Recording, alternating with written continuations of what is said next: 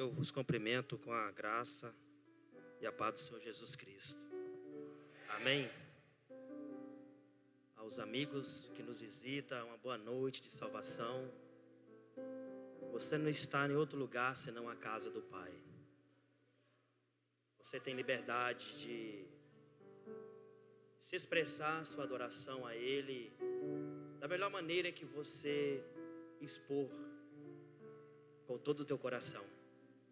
Se você sentir vontade de glorificar, de levantar a tua mão, fique à vontade, porque Coríntios vai dizer: ora, o Senhor é Espírito, e onde está o Espírito do Senhor, aí a liberdade.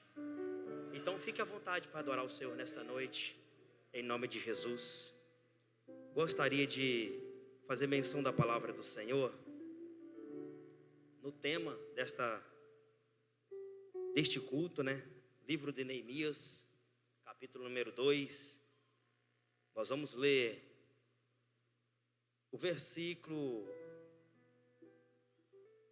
2, 3, 4 e 5. E depois nós vamos passar para o capítulo de número 6, no seu versículo 15. Prometo que não vou passar da meia-noite. Até meia-noite nós terminamos. Te peço a você que não se apresse em sair da presença de Deus, porque Deus tem uma palavra para o teu coração nesta noite. Enquanto você procura, você vai achando Neemias 2, capítulo 2, versículo 2. Deus tem algo para a tua vida, para a tua família, nesta mensagem, através da vida do Neemias. Diz assim a palavra de Deus. Eu vou ler na minha tradução, mas você pode acompanhar ali pelo telão ou pela sua tradução. Todos encontraram? Digam amém. Alguém que não encontrou, misericórdia? Então vamos ler. E o rei me disse: por que está triste o teu rosto, pois não está doente? Não é isto senão tristeza de coração. Então temi muito em grande maneira. Versículo 3. E disse ao rei: viva o rei para sempre. Como não estaria triste o meu rosto, estando a cidade, o lugar do sepulcro dos meus pais, assolada e tendo sido consumida pelas suas portas a fogo. E o rei me disse: que me pedes agora?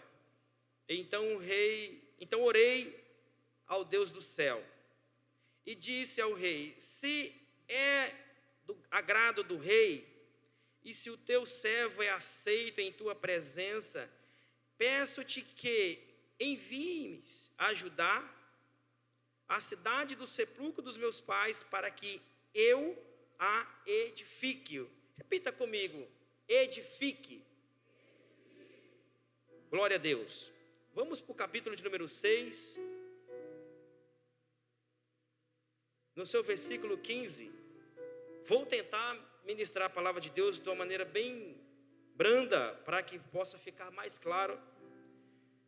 Capítulo 6, versículo 15 diz assim: e acabou-se, pois, o muro aos 25 de Elu, em 52 dias. Repita comigo: em 52 dias.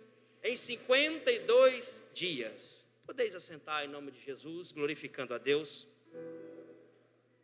Irmãos, quero deixar aqui os meus agradecimentos a todos os irmãos que estão aptos a nos ouvir, aos irmãos que estão na live, a Bolívia, até Portugal, não é isso, irmã?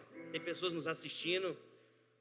Deixar os meus agradecimentos aos nossos obreiros, companheiros, pastor Reinaldo, que tem nos dado essa honra de poder estar ministrando a palavra de Deus. E a você que nos ouve.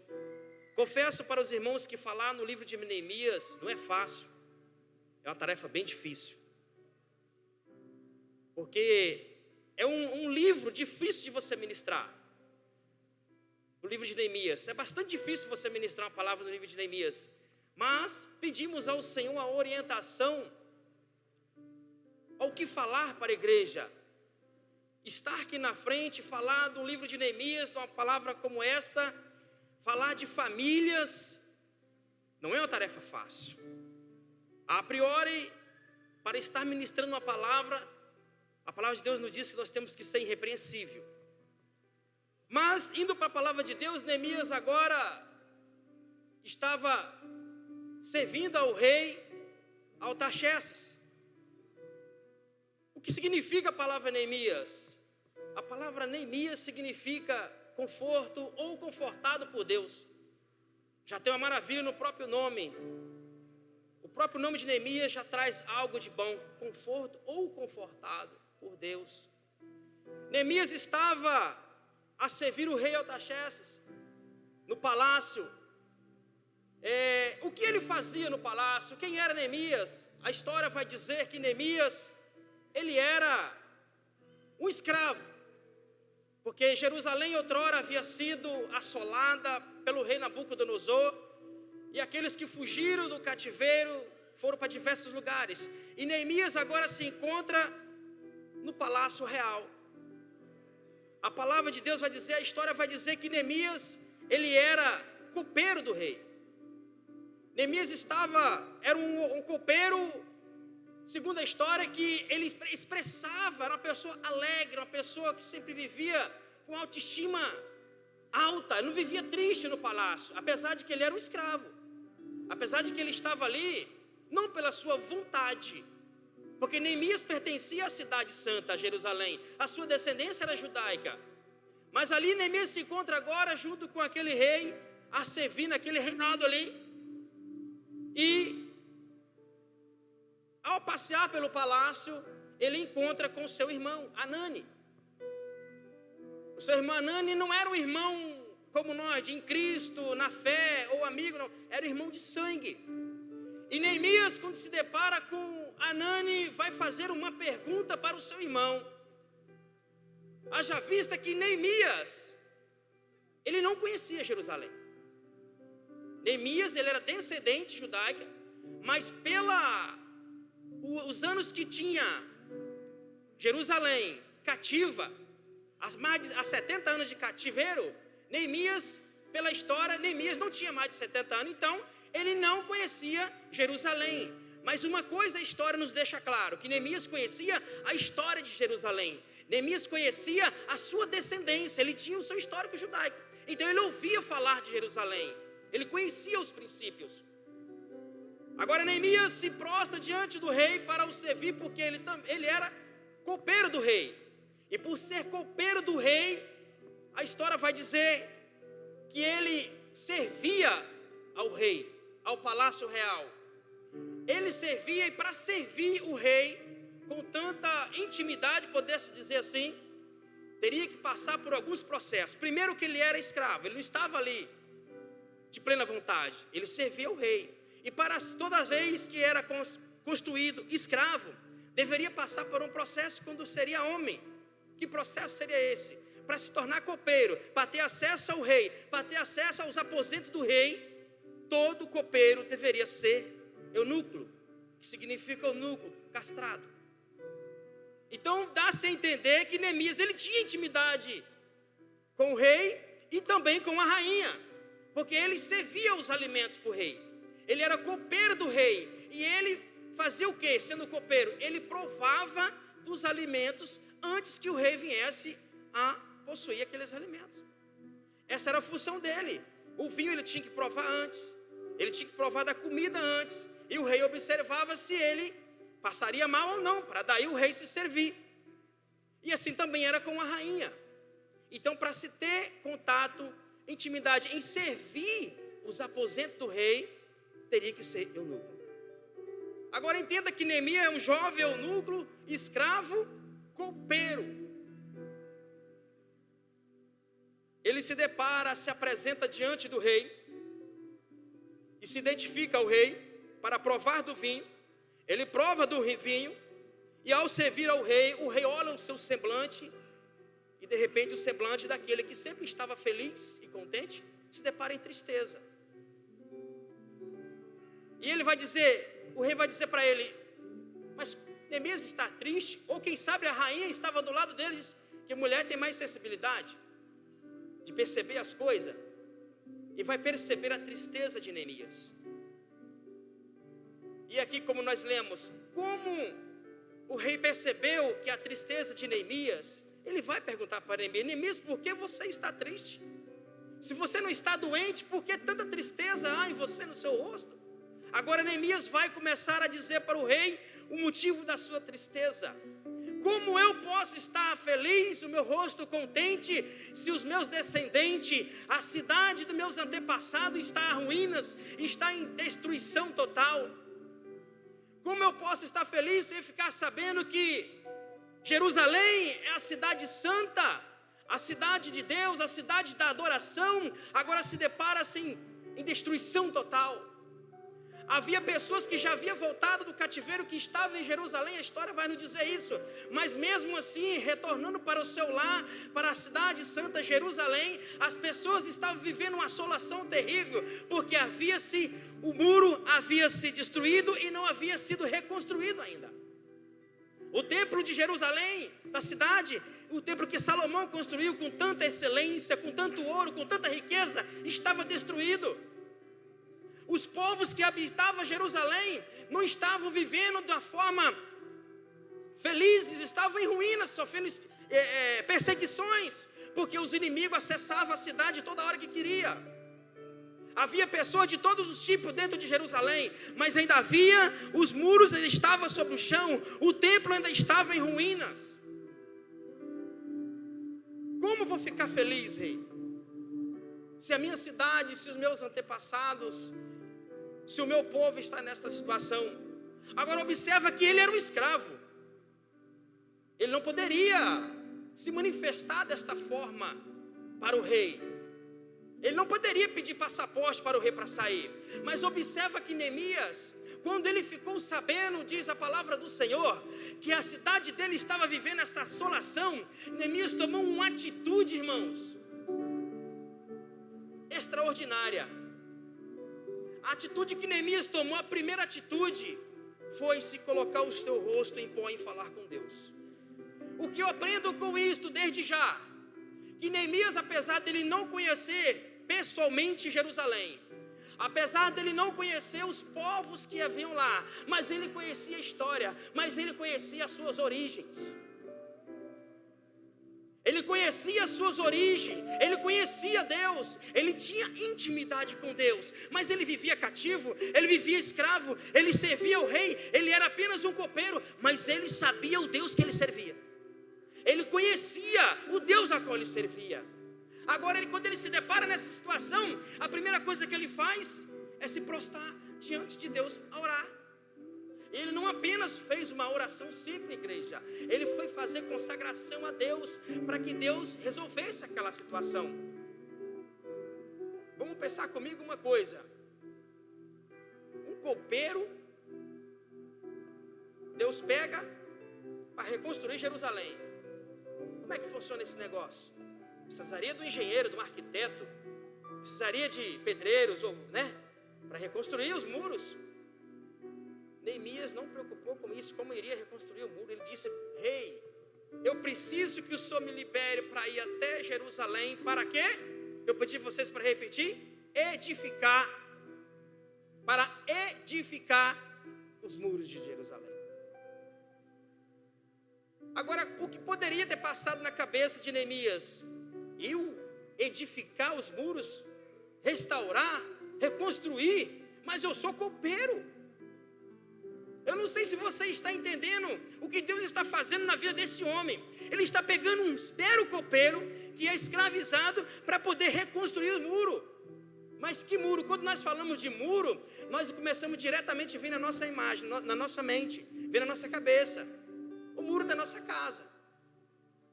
Se for falarmos de muro, é um muro comum. Se eu falar de muro de cidade, poderemos ver nas histórias de alguns, nos dias de hoje, alguns muros mais altos, mais a extensão, a extremidade já vem na nossa cabeça aquilo que nós conhecemos no físico. Mas eu anotei aqui. O muro ao qual Deus vai designar Neemias a reconstruir, ele tinha 4.200 metros de extensão, 12 metros de altura e 8 metros de largura. Eu não sei se você está conseguindo levar para a sua vida a dificuldade que esse homem poderia estar se justificando para Deus não fazer isso. Ele poderia estar olhando para esse homem: eu não tenho capacidade de fazer isso. Mas ele ainda não conhecia. Mas Deus toca em teu coração para pedir passaporte, para ir reconstruir o muro que ele nem tinha visto. Para reconstruir uma cidade que ele não fazia ideia da dimensão. E o rei milagrosamente diz para ele: muito bem, Neemias, pois então eu vou te liberar. Você não vai me servir mais? Você vai me abandonar? Quanto tempo você vai ficar fora, Neemias? E Neemias disse: ó rei, eu vou por um certo tempo. Não sei quanto tempo vai levar, não sei quanto tempo vai durar. Agora o rei pega, dá o passaporte a Neemias, para que ele vai. O rei pega, manda soldados junto com Neemias. O rei doa madeira para que Neemias reconstruísse o muro. E Neemias segue a Jerusalém para reconstruir o muro. E quando Neemias chega à cidade de Jerusalém, que ele fica de frente àquela cidade, que ele vê aquela dimensão daquele muro, 4.200 metros de muro destruído para que ele tinha que reconstruir. Quando ele olha a altura das torres, dos muros, 12 metros de altura, e a largura, 8 metros de largura, Neemias poderia fazer assim: irmão, eu vou voltar, não vou conseguir. Eu vou voltar porque eu não vou conseguir fazer com essa meia dúzia de soldados, com essa meia dúzia de homens. Eu não tenho predeiro, eu não tenho carpinteiro, eu não tenho engenheiro nem arquiteto. Como eu vou construir essa dimensão? Mas Neemias não se acovardou. Ele não olhou para o tamanho da dificuldade que ele haveria a ter. Ele não olhou pelo tamanho dos muros que ele teria que construir, pela altura, pela largura, pelo tudo que ele teria que reedificar. Ele entrou para dentro de Jerusalém. E diz a palavra de Deus, quando você estiver na sua casa, você lê do capítulo 1, lê o livro de Neemias, que você vai entender o que eu estou falando, porque eu tenho que resumir. Neemias agora, quando ele entra dentro de Jerusalém, irmãos, a história vai dizer que pernoitou, e Neemias observou por 3 dias. Ele só observou a cidade, a destruição que estava em Jerusalém. O que deveria que fazer na cidade de Jerusalém para reedificá-la? Por 3 dias, o Senhor foi dando para Neemias o projeto de reconstrução. Por 3 dias ele começou a falar com o Senhor, olhando para aquelas muros destruídos, as portas queimadas a fogo, como que ele iria fazer? E se nós for aprofundarmos a história da reconstrução do muro de Jerusalém, Salomão, na época que construiu o templo, os muros, foi usado reis de todas as províncias, riquezas de tudo quanto é parte daquela região, para construir o muro.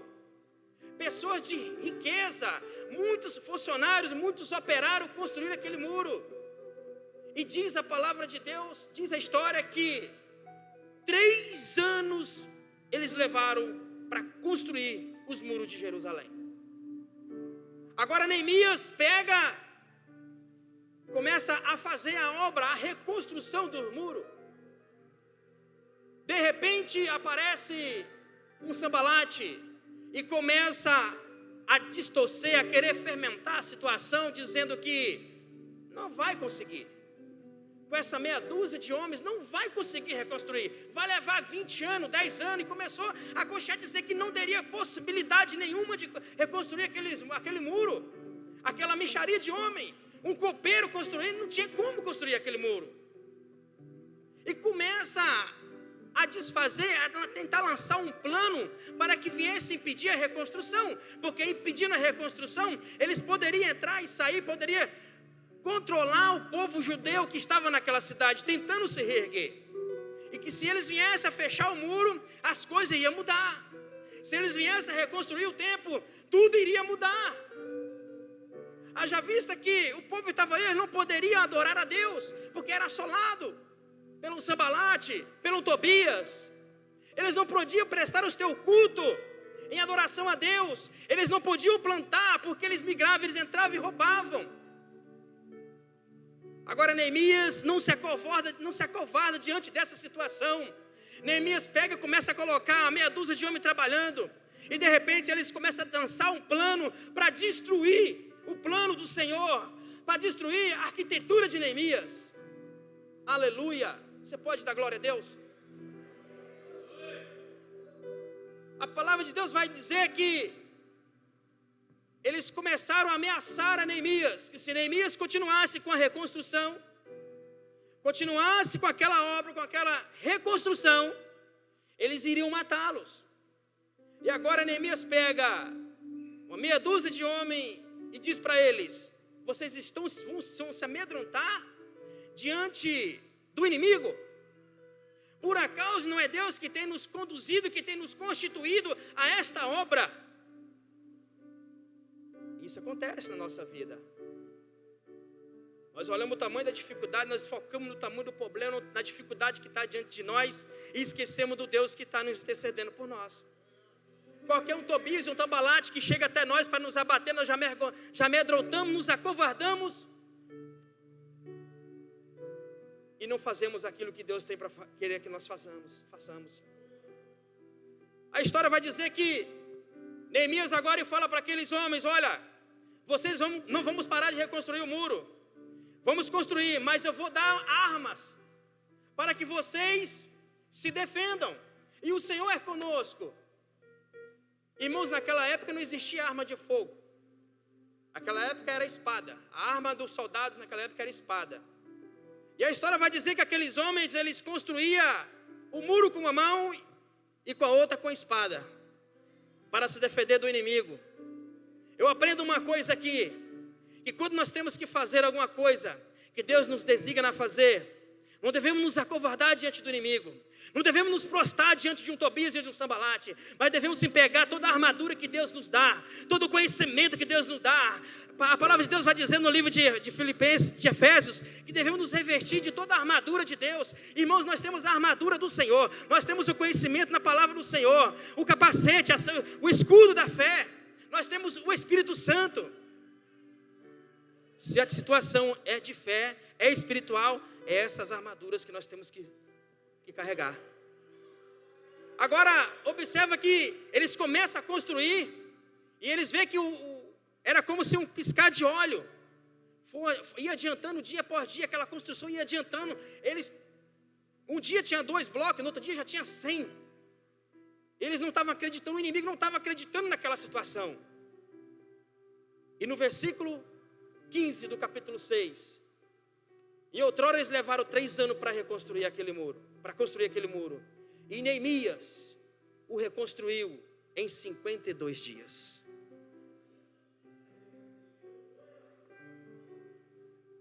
A sua família está precisando de reconstrução? A sua casa está precisando de uma reconstrução? Como que estão os muros da sua casa? Como que está blindado aquilo que você tem mais de valor na sua casa, na sua vida? Eu acredito que nesta noite o que nós temos de maior valor, estou falando para famílias aqui nesta noite, é a nossa família. O que nós temos de maior valor é a nossa casa, é o nosso lar. Eu até pedi para que a minha ficasse aqui na frente. Sabe por quê, irmãos? Porque é o meu maior bem. É o meu maior valor, é a minha família, é a minha esposa, é os meus filhos, é a minha casa, é o meu lar. E quem sabe nesta noite está precisando fazer uma reconstrução. Quem sabe nesta noite Deus está estimando você a se tornar um Neemias na sua casa. Quem sabe nesta noite Deus está chamando você para ser um Neemias no seu lar. E não estou falando só para homem não, para mulher também, porque quando o marido está trabalhando, quem fica em casa é a esposa. Então ela, quando ele sai, ela que tem que ser o Neemias da casa. E eu não sei o que Deus quer passar para você com esta palavra, para mim e para você. Mas uma coisa eu quero dizer para você: seja um Neemias na sua casa. Comece a reconstrução. Neemias, quando ele ouviu aquela história, que ele parou e foi orar: Deus, quem sabe é a hora de você parar e começar a olhar em volta o que está acontecendo dentro da sua casa. Porque agora eu vou começar a falar algo aqui que talvez não é do teu agrado. Você já ouviu a história, o que Neemias fez. Mas de repente dentro da sua casa tem entrado um Tobias e um Sambalate. De repente a entrada do teu lado, da tua família está com brechas, precisa ser fechada. Você sabe qual é a brecha que precisa ser fechada. Quem sabe você é uma esposa, mas você não tem sido um Neemias. Quem sabe você é uma esposa, mas você não tem sido um Neemias na tua casa. Quem sabe existe brecha no teu casamento. Quem sabe tem deixado brechas para o teu filho. Será que nós temos sido uma família de Cristo? Será que nós temos representantes de Cristo aqui na terra? Será que nós estamos sendo um Neemias? Ou será que nós estamos sendo covardes, nos acovardados diante do mundo que nos sufoca, diante de todo o acontecimento que vem até nós? Será que nós temos deixado o trabalho ser prioridade na nossa casa? Será que nós temos deixado as redes sociais ser prioridade em nossa casa? Você quer reconstruir o muro da tua família? Você quer reconstruir o muro da tua casa? Você quer reconstruir o muro na tua empresa? Então começa a ser um Neemias. Primeira lição: quando a brecha você identificar, não se acovarde.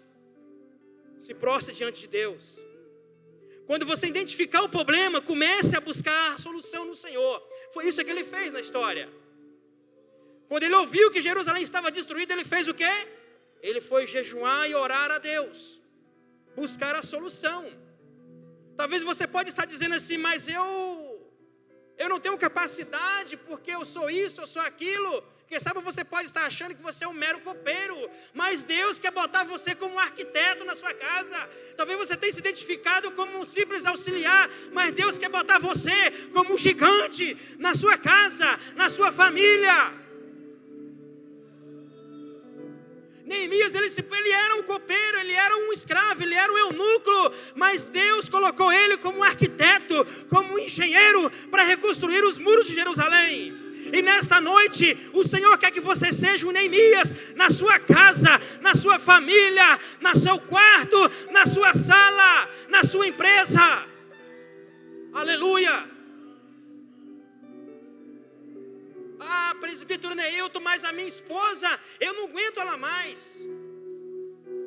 Ah, presbítero Neilton, eu não aguento mais o meu esposo.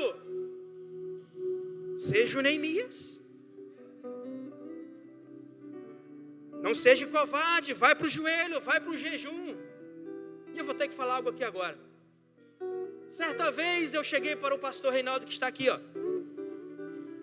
Porque quem não sabe da minha história, eu comecei a viver há 10 meses atrás, porque ao tempo passado eu estava morrendo dia a dia, fora da presença de Deus. E certa vez eu cheguei para o pastor e falei: pastor, para mim não dá mais. E comecei a culpar a minha esposa, irmãos, da minha mortandade, da brecha, do muro rachado que eu tinha quebrado, que eu tinha deixado a brecha. Eu estava tentando achar a culpa nela. O pastor está aqui, ó. E ele falou: se você quer desistir de tudo...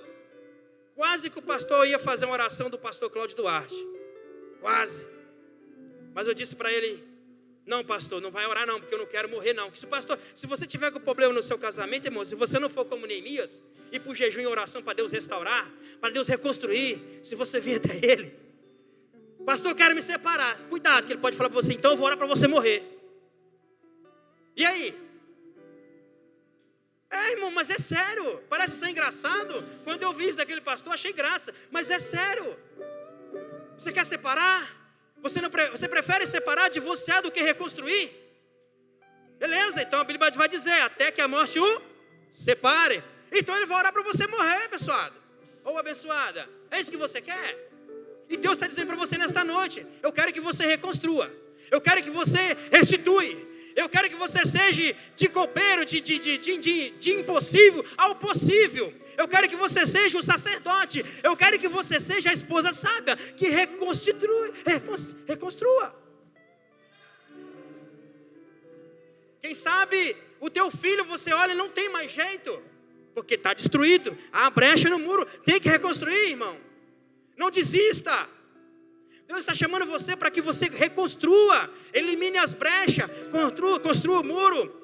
E agora tem outra coisa que Deus me fala aqui agora. Para você ter sucesso na sua reconstrução, você não pode começar a reconstrução por cima. Meu Deus. Nenhuma construção se começa pelo topo, se começa pela base. A reconstrução ou a construção se começa pela base. Eu já fui pedreiro. Você tem que cavar, você tem que esquadrejar, você tem que tijolar a base, você tem que encher de concreto, de ferragem, amarrar, porque é ela que vai sustentar a obra. E existe uma base na minha família e na sua família que ela tem que estar em priori na nossa vida. Como que está a base da sua casa? Como que está a base do seu casamento? Como que está a base da sua família? Será que a base de tudo isso tem sido Deus na sua casa? Porque a base de um lar bem sucedido, a base de uma empresa bem sucedida é ser obediente e fiel a Deus. Será que você tem trilhado caminhos de sinceridade diante de Deus? Será que você tem trilhado por caminhos que agradam ao Senhor? Você pai, você mãe, você filho. Não é fácil, irmão. Não é fácil pregar para a família, não é fácil pregar no livro de Neemias, mas uma coisa eu falo, não tenho vergonha de admitir. Eu tenho um amigo aqui nesta noite aqui que me conheceu de uma maneira que vocês não me conheceram lá, atribulado, afastado da presença de Deus, numa estrada jogada pelo mundo afora, sem medo de morrer, sem medo de nada, vivendo de uma maneira largada, irmão. Não queria nada com Deus, eu não queria nem estar aqui em cima, mas eu entrava e saía por essas portas da mesma forma que eu entrava, eu saía morto espiritual. A base na minha casa, não estava reconstruindo a minha base na minha casa. Mas que base, presbítero Neilton, que tanto você tem falado? Eu vou te dar alguma receita para você nesta noite. Como é que você tem sido lá na sua casa com sua família? Você tem tapado as brechas? Você tem abrido a brecha? Você tem sentado com a sua família na mesa e abrido este livro aqui, estudado com eles? Você tem dobrado o seu joelho em oração com a sua esposa no teu quarto, com seus filhos, falado com o Senhor? Tem feito isso? Essa é a base, irmão. É começar pela base. Não queira botar o tijolo em cima, porque embaixo vai cair. E a base para você estar reconstruindo o que você precisa reconstruir na tua casa, na tua família hoje, é Cristo Jesus na tua vida, é Cristo Jesus na tua casa. Não faça como o presbítero Neilton há quase um ano atrás, querendo botar desculpa em outro, porque estava morto, faltava Cristo em mim. Eu tenho que começar comigo, eu tenho que começar por você, pai, tem que começar por você, mãe. Seja você o exemplo, para daí você cobrar, para daí você tampar as brechas. Seja você. Quem sabe você tem deixado as redes sociais alargar as brechas do muro. Quem sabe você tem deixado de bater aquele diálogo familiar porque o Facebook não deixa, porque o Instagram não deixa. Quem sabe você, no momento que a sua esposa precisaria de ouvir, meus companheiros aí, os casados, você não consegue dar atenção, porque o trabalho tem sido mais importante para você, porque talvez as redes sociais tenham sido mais importante para você, e aí você não tem percebido que ela está carente de ouvir aquele monte de fio emaranhado, né, irmãos? Mulher, quando começa a falar, ela sai de um assunto para o outro, você não terminou nem o primeiro, ela já está no 10º, não é? Mas me perdoe, Deus quer que você seja o Neemias na sua casa. Deus quer te ajudar você a reconstruir o muro. Mas é preciso você observar, você buscar a presença de Deus para a sua vida, para que você possa perceber esses pequenos detalhes que tem dentro da sua casa, que está passando desapercebido, e o Sambalate e o Tobias está entrando, está destruindo a tua família, está destruindo o teu casamento, e você não está vendo. Aleluia. Quem sabe na sua empresa as coisas começaram a andar errado, começou a desmoronar tudo. Aí você começa a perguntar por quê, começa, quem sabe até procurar o pastor não está entendendo, não está dando mais certo, eu estou quase falindo. Quem sabe você abriu a porta para o Tobias e um Sambalate entrar na tua empresa, irmão. Por que eu estou falando de empresa? Porque reconstrução abrange tudo em nossa vida. Quem sabe, eu vou falar, quem sabe você está dando aquele jeitinho brasileiro que costuma dizer um ditado aí, de fazer né? Ah não, isso aqui não tem nada a ver, não pode, não tem nada a ver, deixa quieto, pode fazer. Quem sabe você tem dado aquele jeitinho lá no ICMS, no imposto, e aí as coisas começaram a desandar, começou a dar tudo errado. E eu quero dizer para você que a palavra de Deus é o seguinte: dê a César o que é de César e dê a Deus o que é de Deus. Se você quer Deus no teu negócio, irmão, comece a caminhar na vontade pela palavra do Senhor, para que o seu negócio comece a prosperar, para que as brechas comecem a ser tampadas. Ou então você faça o teu negócio, a tua empresa guiar do caminho lá na água, lá fora. Não vem falar que Deus está na tua empresa se você está treinando no caminho errado. Me perdoe por essa palavra ser forte, mas isso desceu agora. Você quer ser um empresário de sucesso?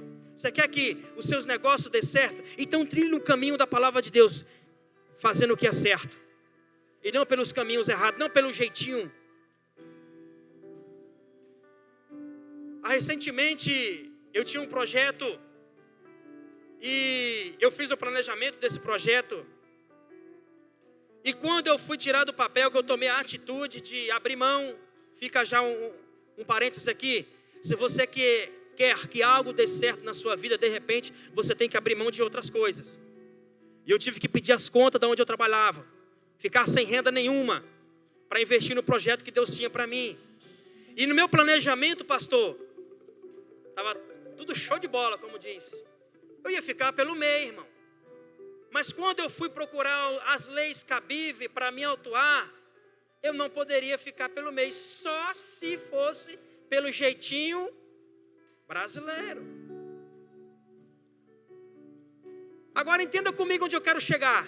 Se Deus me deu o projeto, Deus tem falado que está comigo no negócio, na empresa. Agora eu vou ficar do jeitinho brasileiro, irmão?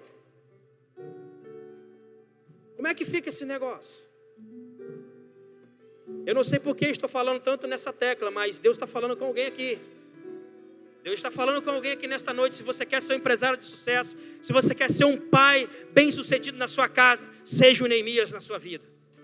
Se torne o Neemias. Mas eu não consigo. Você de copeiro, você vai ser arquiteto na sua casa. Se coloque de pé, por gentileza, os que puderem ficar. Aleluias.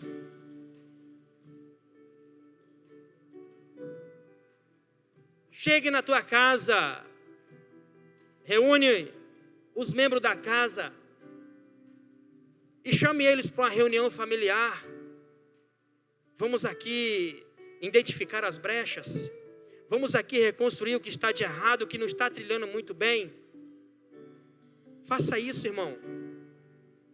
É sua família, é o seu bem maior. Deus quer o melhor para a sua família. Deus quer o melhor para a sua esposa. Deus quer o melhor para os seus filhos. Mas nós precisamos ser o Neemias. Nós precisamos reconstruir o muro. Nós precisamos tampar as brechas. Meu Deus do céu, se eu fosse ficar falando aqui das brechas que nós, como pai, como mãe, como filho, deixamos para que entrem na nossa casa, ficaríamos até amanhã. Porque o mundo jaz do maligno, irmão, muitas coisas.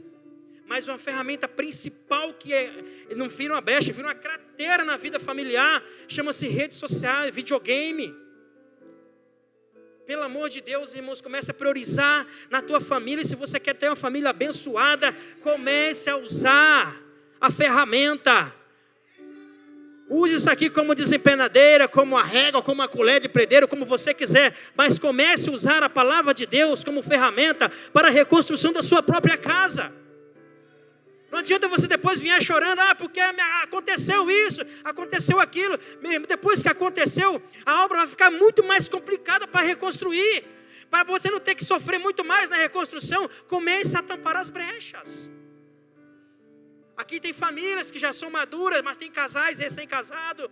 Tem pessoas que começou a família agora. Eu quero te dar um conselho.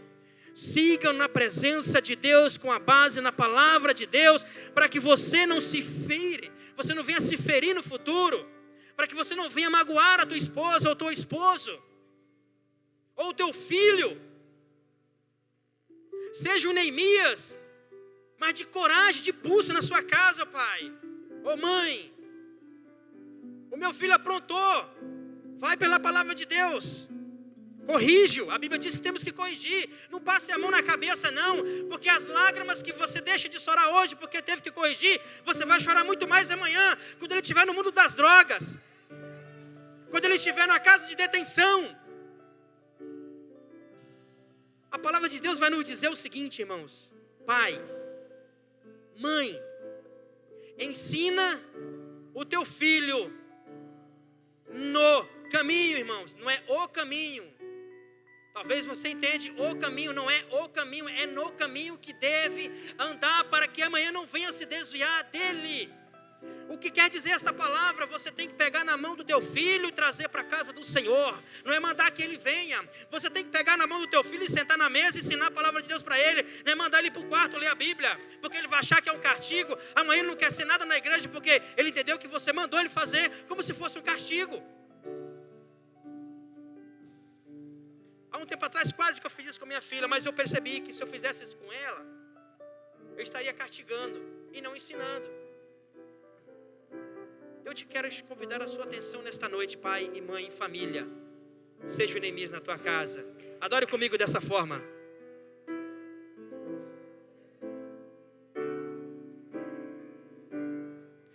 Recebi o novo coração do Pai, coração regenerado, coração transformado, coração que é inspirado por Jesus. Como fruto deste novo coração, eu declaro a paz de Cristo. Te abençoo, meu irmão, preciosa é a nossa comunhão.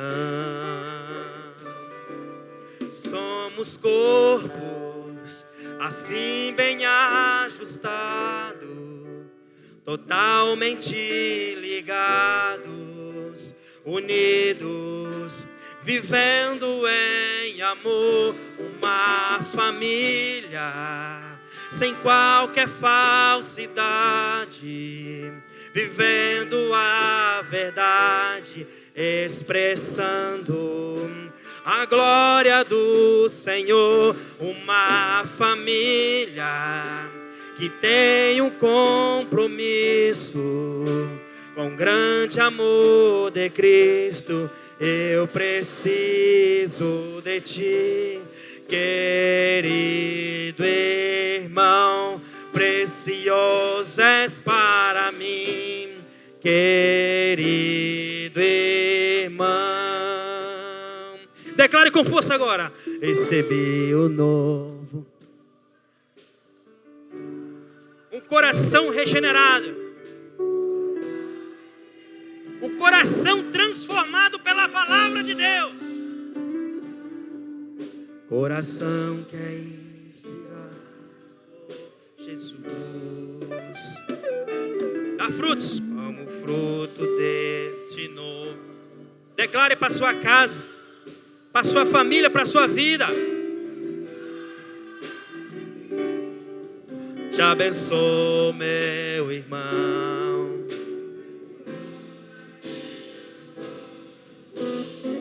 Somos o quê? Somos corpos assim bem ajustados, total. Aleluia!